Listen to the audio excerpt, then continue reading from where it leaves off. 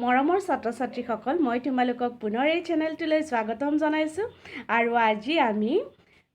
A visit to Kaziranga and Sivasagar লেছনটোৰ question আনচাৰ্ছখিনি আলোচনা কৰিবলৈ লৈছোঁ গতিকে তোমালোকে ভিডিঅ'টো শেষলৈকে চাবা নিশ্চয় উপকৃত হ'বা এতিয়া আমি প্ৰথম কুৱেশ্যনটো আৰম্ভ কৰিছোঁ চুজ দ্য ৰাইট আনচাৰ যে শুদ্ধ উত্তৰটো বাছি উলিওৱা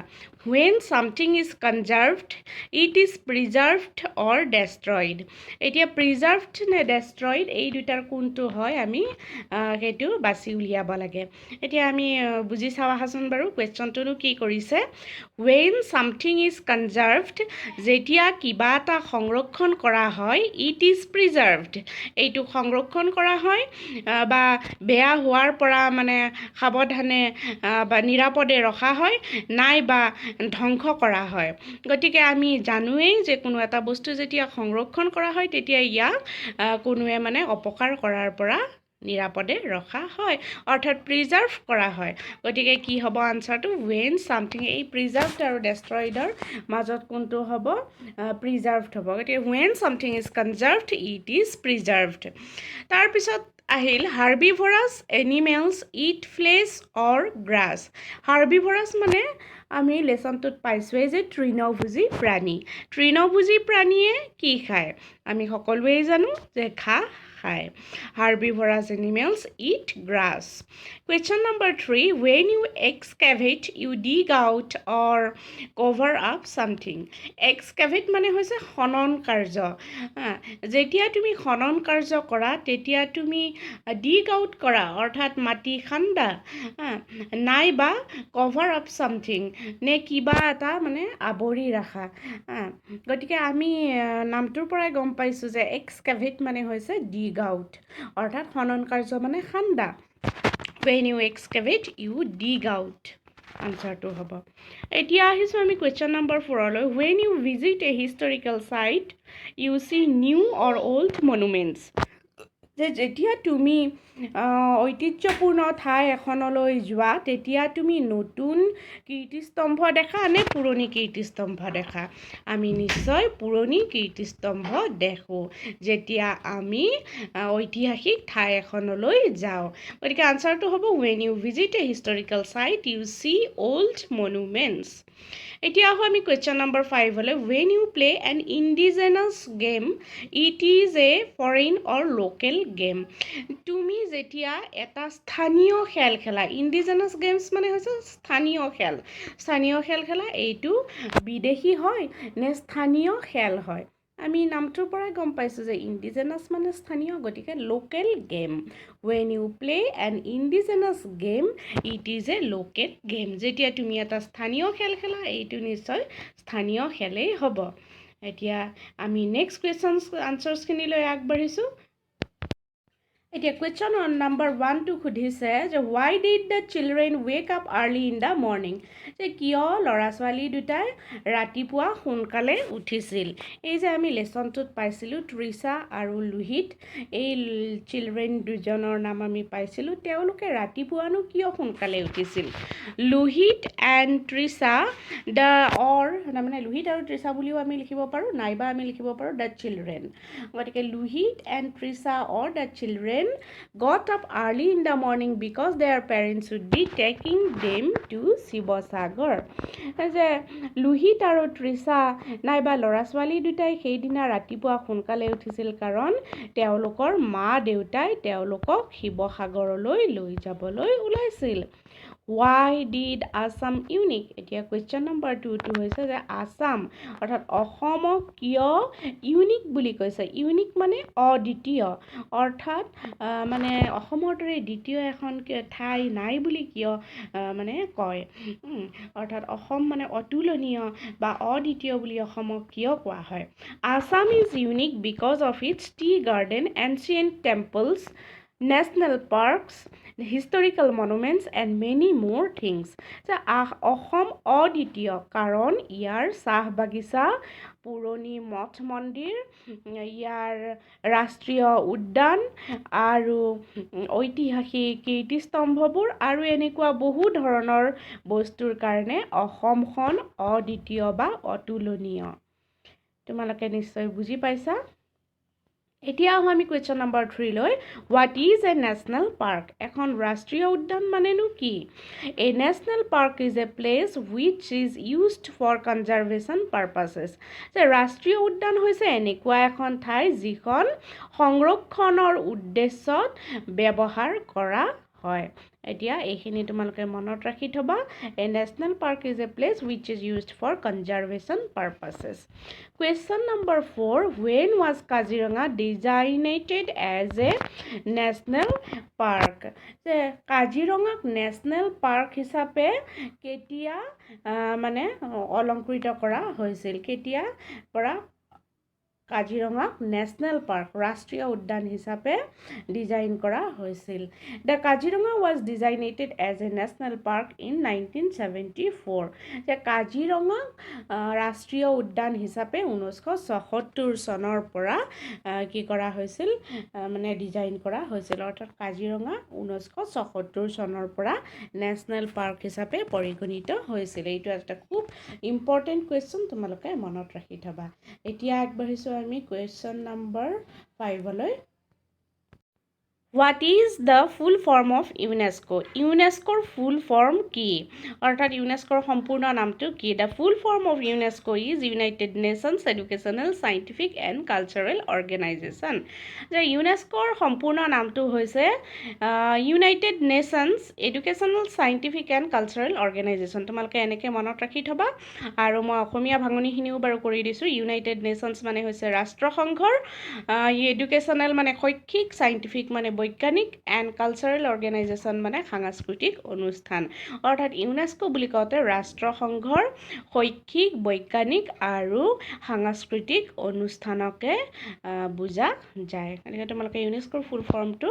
এইদৰে মনত ৰাখি থবা United Nations Educational Scientific and Cultural Organization Why is Kaziranga Game Sanctuary renamed the Kaziranga Wildlife Sanctuary? এতিয়া 6 নম্বৰ কুৱেশ্যনটো আছিল যে কাজিৰঙা গেম চেংচুৰীক খেল উদ্যানখনক কিহ কাজিৰঙা ৱাইল্ড লাইফ চেংচুৰী অৰ্থাৎ বন্যপ্ৰাণী সংৰক্ষণ এলেকা হিচাপে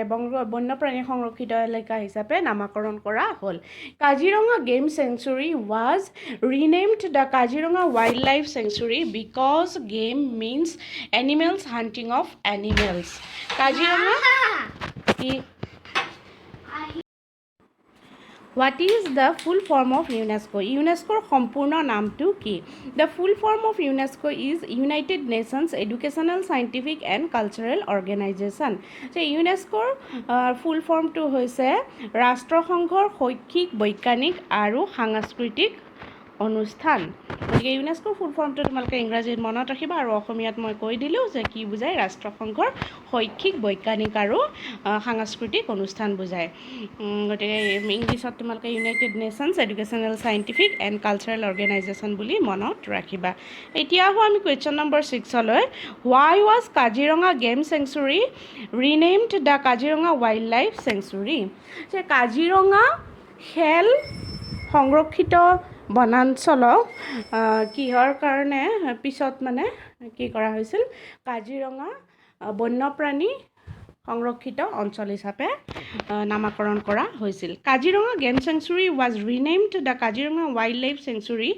because game means animals hunting of animals যে কাজিৰঙা গেম চেংচুৰীক কাজিৰঙা ৱাইল্ড লাইফ চেংচুৰী বুলি নামাকৰণ কৰা হৈছিল কাৰণ গেম শব্দটোৱে মানে জন্তুৱে জন্তুক চিকাৰ কৰা বুজাইছিল in order to protect and conserve animals the Kaziranga was renamed as the Kaziranga wild life sanctuary আৰু কাজিৰঙাত জীৱ জন্তুবিলাকক সংৰক্ষণ কৰাৰ কাৰণে আৰু নিৰাপত্তা দিয়াৰ কাৰণে কাজিৰঙাখনক কাজিৰঙা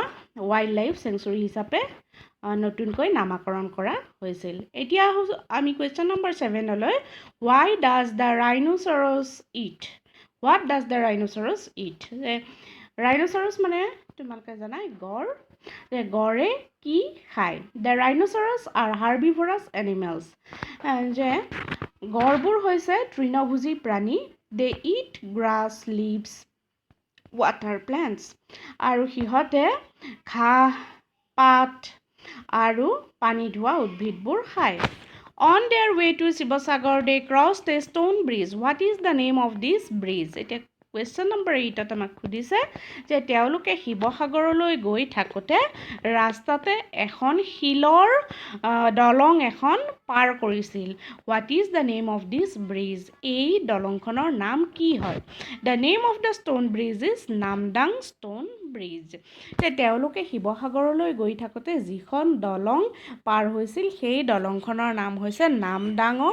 নামদাং ষ্ট'ন ব্ৰিজ অসমীয়াত কোৱা হয় নামদাঙৰ শিলৰ সাঁকো গতিকে তোমালোকে গোটেইখিনি কুৱেশ্যন আনচাৰ্ছ মনত ৰাখিবা এতিয়া আমি পুনৰ 9 নম্বৰ কুৱেশ্যনলৈ আগবাঢ়িছোঁ এতিয়া কুৱেশ্যন নম্বৰ 9টো হৈছে name the 3 temples built on the bank of the Sivasagar tank যে শিৱসাগৰ পুখুৰীৰ পাৰত অৱস্থিত তিনিটা মন্দিৰৰ নাম কি কি the name of 3 temples built on the bank of the Sivasagar tank are the Shivadol the Vishnudol and the Devidol Sivasagar পুখুৰীৰ পাৰত সজোৱা তিনিটা মন্দিৰ হৈছে শিৱদৌল বিষ্ণুদৌল আৰু দেৱীদৌল এই তিনিওটা মন্দিৰৰ নাম তোমালোকে মনত ৰাখি ল'বা এতিয়া আহিছোঁ আমি কুৱেশ্যন নম্বৰ 10লৈ হু বিল্ট দ্য ৰংঘৰ যে ৰংঘৰ কোনে সাজিছিল the Rang Ghar was built by king Pramatta Singha যে ৰংঘৰ প্ৰমত্ত সিংহই সাজিছিল তে ফিল ইন দ্য ব্লেংকছ এই খালী ঠাইবোৰ পূৰ কৰা 1 নম্বৰতে আছে ৱেল ইন 1904 ডেছ ভিজিটেড কাজিৰঙা যে 1904 চনত কাজিৰঙা দৰ্শন কৰিছিল এইটো আনচাৰটো হ'ব মেৰী কাৰ্জন যে 1904 চনত মেৰী কাৰ্জনে কাজিৰঙা ভ্ৰমণ কৰিছিল আৰু কুৱেশ্যন নম্বৰ 2টো হৈছে the Namdang stone bridge was built by the Ahom king dash যে নামদাঙৰ শিলৰ সাঁকো আহোম ৰজা ৰুদ্ৰসিংহই আচলতে সাজিছিল আহোম ৰজা ৰুদ্ৰসিংহই নামদাঙৰ শিলৰ সাঁকো সাজিছিল 1703 চনত কুৱেশ্যন নম্বৰ 3টো হৈছে Sukapha made dash his first capital Sukapha made Charaideo his first capital গতিকে এইকেইটা আনচাৰ তোমালোকে মনত ৰাখিবা খুব ইম্পৰ্টেণ্ট হয় এতিয়া আমি নেক্সট কুৱেশ্যনটো আহিছোঁ right briefly the history of Kaziranga as a protected area যে সংৰক্ষিত অঞ্চল হিচাপে কাজিৰঙাৰ ইতিহাস চমুকৈ বৰ্ণনা কৰা এতিয়া আমি উত্তৰটো লিখিছোঁ in 1904 Mary Curzon the wife of Lord Curzon the viceroy of India visited Kaziranga যে 1904 চনত লৰ্ড কাৰ্জনৰ পত্নী মেৰী কাৰ্জনে সেই সময়ৰ মানে ভাইচৰয় আছিল ভাৰতবৰ্ষৰ ভাইচৰয় আছিল লৰ্ড কাৰ্জন আৰু তেখেতৰ পত্নী মেৰী কাৰ্জনে 1904 চনত কাজিৰঙা ভ্ৰমণলৈ আহিছিল Mary Curzon heard that the Kaziranga was famous for rhino Mary কাৰ্জনে শুনিছিল যে কাজিৰঙাখন গড়ৰ কাৰণে বিখ্যাত but she could not find a single rhino deer কিন্তু তাত তেওঁ এটাও গড় দেখিবলৈ নাপালে so she requested her husband to take immediate measures to protect the rhinos আৰু সেই কাৰণে তেওঁ তেওঁৰ স্বামীক সেই গড়বোৰ সংৰক্ষণ কৰাৰ কাৰণে তাৎক্ষণিকভাৱে ব্যৱস্থা গ্ৰহণ কৰিবলৈ ক'লে in 1905 the Kaziranga Reserve Forest was created and in 1916 it was named as Kaziranga Game Sanctuary আৰু 1905 চনত কাজিৰঙা সংৰক্ষিত বনাঞ্চলৰ সৃষ্টি কৰা হ'ল আৰু 1916 চনত ইয়াক কাজিৰঙা গেম চেংচুৰী হিচাপে নামাকৰণ কৰা হ'ল then visitors are allowed to enter the park and hunting was strictly prohibited আৰু তেতিয়া দৰ্শনাৰ্থীসকলক এই উদ্যানখনৰ ভিতৰলৈ সোমাবলৈ দিয়া হৈছিল কিন্তু তাত স্বীকাৰ কৰাটো সম্পূৰ্ণৰূপে মানে বাধা দিয়া আছিল। In 1950 it was renamed as the Kaziranga wild life sanctuary by P.D. Strachey and in 1974 it was designated as a national park আৰু 1950 চনত ইয়াৰ পুনৰ নামাকৰণ কৰা হৈছিল কাজিৰঙা মানে বন্যপ্ৰাণী সংৰক্ষিত অঞ্চল হিচাপে P.D. Strachey দ্বাৰা আৰু 1974 চনত ইয়াক এখন ৰাষ্ট্ৰীয় উদ্যান হিচাপে স্বীকৃতি দিয়া হৈছিল। এতিয়া আমি নেক্সট কুৱেশ্যনটোলৈ write a short note on Talatal Ghar যে তলাতল ঘৰৰ বিষয়ে এটা চমু টোকা লিখা। আনচাৰটো হ'ব Talatal Ghar is a historical monument. Talatal Ghar হৈছে এটা ঐতিহাসিক কীৰ্তিস্তম্ভ। It has 4 stories above the ground and 3 stories below the ground আৰু ইয়াৰ মাটিৰ ওপৰত 4 তলা আছে আৰু মাটিৰ তলত 3 তলা বা মহলা আছে অৰ্থাৎ 3 তলা মাটিৰ তলত আৰু 4 তলা মাটিৰ ওপৰত আছে। There were 2 sacred tunnels inside the তলাতল ঘৰ আৰু তলাতল ঘৰৰ ভিতৰ ফালে 2টা গোপন সুৰংগ আছিল। 1 is 16 কিলোমিটাৰ লং, এটা আছিল 16 কিলোমিটাৰ দীঘল আৰু লেড টু গড়গাঁও পেলেচ আৰু গড়গাঁও ৰাজ অট্টালিকালৈ গড়গাঁও ৰাজসভালৈ মানে সেই বাটটো কি আছিল গড়গাঁও ৰাজসভা ওলাব পাৰিছিল সেই 16 কিলোমিটাৰ দীঘল গোপন সুৰংগটোৰে। এণ্ড আদাৰ ইজ 3 কিলোমিটাৰ লং আৰু আনটো আছিল 3 কিলোমিটাৰ দীঘল। and other is 3 kilometer long led to the Dikhou river আৰু আনটো পথ 3 কিলোমিটাৰ দীঘল আছিল আৰু দিখৌ নদীলৈ বিস্তৃত আছিল। অৰ্থাৎ তলাতল ঘৰৰ যি দুটা গোপন সুৰংগ আছিল তাৰে প্ৰথমটো 16 কিলোমিটাৰ দীঘল বুলি কৈছে আৰু এই পথটোৰে গড়গাঁও ৰাজকাৰেঙত উপস্থিত হ'ব পাৰি আৰু আনটো 3 কিলোমিটাৰ দীঘল আৰু এই পথটো দিখৌ নৈৰ সৈতে সংযুক্ত আছিল। এতিয়া আহোঁ আমি next question write a note on Charaideo Maidam যে চৰাইদেউ মৈদামৰ বিষয়ে এটা চমু টোকা লিখা। Charaideo Maidam is a burial ground for the Ahom kings and nobles যে চৰাইদেউ মৈদামখন হৈছে আহোম ৰজা আৰু মন্ত্ৰীসকলৰ সমাধি স্থান। It is 22 kilometre away from Sivasagar town আৰু এইখন শিৱসাগৰ চহৰৰ পৰা 22 কিলোমিটাৰ আঁতৰত অৱস্থিত। The founder of the Ahom dynasty Sukaphaa made Charaideo his first capital আৰু আহোম বংশৰ প্ৰতিষ্ঠাতা চুকাফাই এই চৰাইদেউতেই তেওঁৰ প্ৰথমখন ৰাজধানী পাতিছিল। The Ahom believed Charaideo Maidam to be the home to their ancestral gods আৰু আহোমসকলে বিশ্বাস কৰিছিল যে সেই চৰাইদেউ যি মৈদাম আছে যি সমাধি স্থান আছে তাতেই তেওঁলোকৰ পূৰ্বপুৰুষৰ ভগৱানসকল মানে বাস কৰে বুলি তেওঁলোকে বিশ্বাস কৰে। The Maidam has tomb like the pyramids in Egypt আৰু সেই মৈদামখনত কি আছে ইজিপ্তৰ পিৰামিডৰ নিচিনা টম্ববোৰ আছে অৰ্থাৎ যিবিলাক মানে ইজিপ্তৰ পিৰামিডবোৰৰ আকৃতিটো যেনেকুৱা তেনেকুৱা ধৰণৰ কি আছে তাতো মানে ঘৰ আকৃতিৰ বোৰ দেখিবলৈ পোৱা যায়। গতিকে এইখিনিয়ে আছিল আমাৰ কুৱেশ্যন আনচাৰ্ছসমূহ আৰু গতিকে ভিডিঅ'টো তোমালোকে চাই যদি ভাল পাইছা তেনেহ'লে চেনেলটো ছাবস্ক্ৰাইব কৰি ল'বা আৰু বন্ধুবৰ্গৰ মাজত শ্বেয়াৰ কৰিবা। গতিকে ভিডিঅ'টো চোৱাৰ বাবে ধন্যবাদ। পুনৰ আমি এনেকুৱা ধৰণৰ ভিডিঅ'ছ লৈ আকৌ লগ পাম। গতিকে লাইক শ্বেয়াৰ আৰু কমেণ্ট কৰি থাকিবা চেনেলটোলৈ।